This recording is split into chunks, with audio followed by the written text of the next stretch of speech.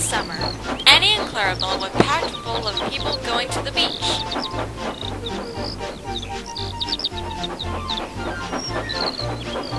Come along, puffed Thomas. We're feeling so bold, grumbled the coaches. Thomas looked at the hill ahead. Can I do it? Can I do it? He puffed anxiously. Suddenly, he saw a wave from a little girl from a cottage window. He felt better at once. Yes, I can! Yes, I can! He puffed. He pulled his hardest and soon reached the top, then trundled smoothly into the station. That was Farmer Trotter's daughter, Alice, who waves to you, Thomas, his driver told them. She has to stay at the farm because her family are always too busy during the summertime to take her to the beach. Poor girl, said Thomas. I'm so sorry for her.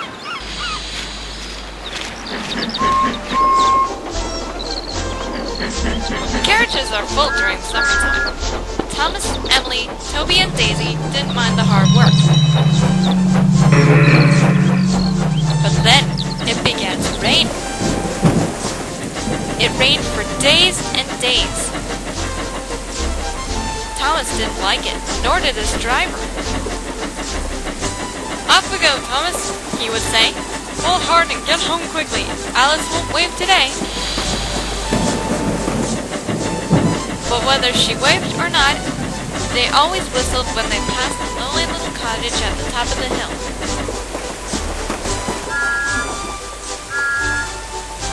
Its brown walls stood out against the dark background of the hills.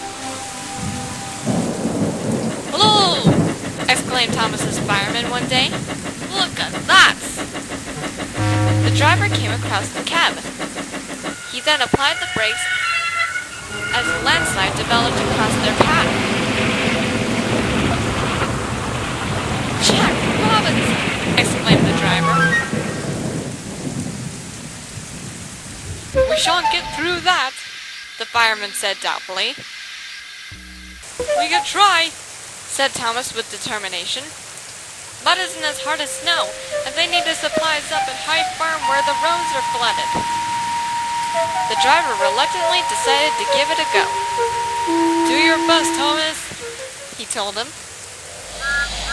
So Thomas puffed forward into the landslide and puffed with all his might. The mud was a lot deeper than he thought. He pushed and he pushed, but he couldn't shift the mud. The driver tried to reverse back, but the mud began to stick fast all around Thomas. Oh no, groaned Thomas. I'm stuck in the mud. The driver and fireman both sighed. Well, let's own it, grumbled the fireman. I'll be blown if I know how to get out of here. For Thomas, yes, said the driver. Go up the cottage and phone for help. The fireman soon returned sometime after. There's no one there except for Alice, said the fireman.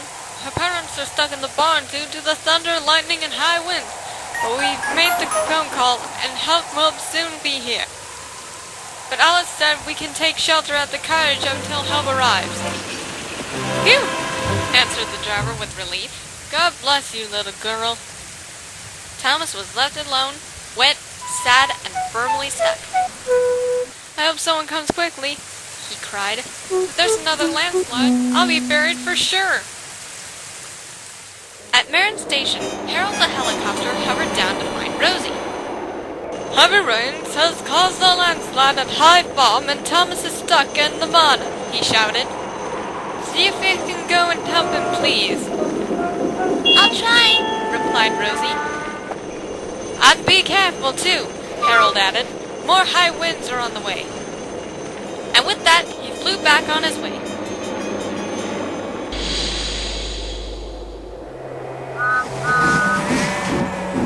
Rosie set off at once. Her pistons were pumping and she was hurrying. The thunder roared and lightning flashed. But Rosie puffed on. Steady, Rosie, said her driver. We'll get to Thomas in time. We'll do it, panted Rosie. As they got closer closer, she blew her whistle. Thomas heard it in the distance. "That's Rosie!" he cried. The driver looked out the cottage window. "Rosie's come to help," he said to the fireman. Sure enough, Rosie came along from up the hill and gradually came to a gentle stop beside Thomas. Rosie wanted to laugh, but she knew there was no laughing matter. "I'll pull you out," she said. "You can't," replied Thomas. "It's too deep around me, and you're not strong enough to pull both me and the trucks." But then he had a thought. "But if you take the trucks off and pull up to the cottage first," Thomas continued, "then you can come and get me out." "Of course," replied Rosie cheerfully.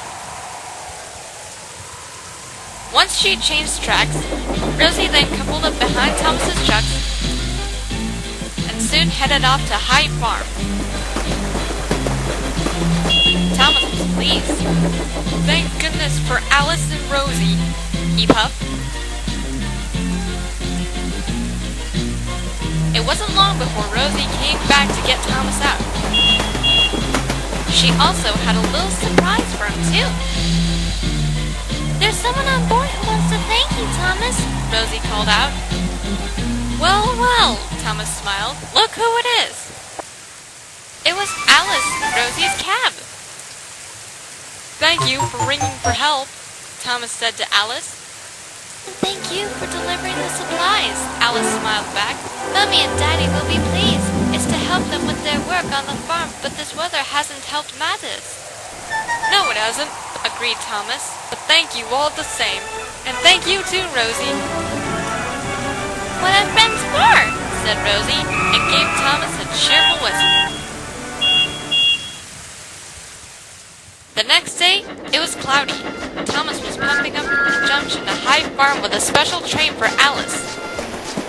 It was Alice's birthday, so Topham Hatt was for Thomas and wanted to say thank you to Alice.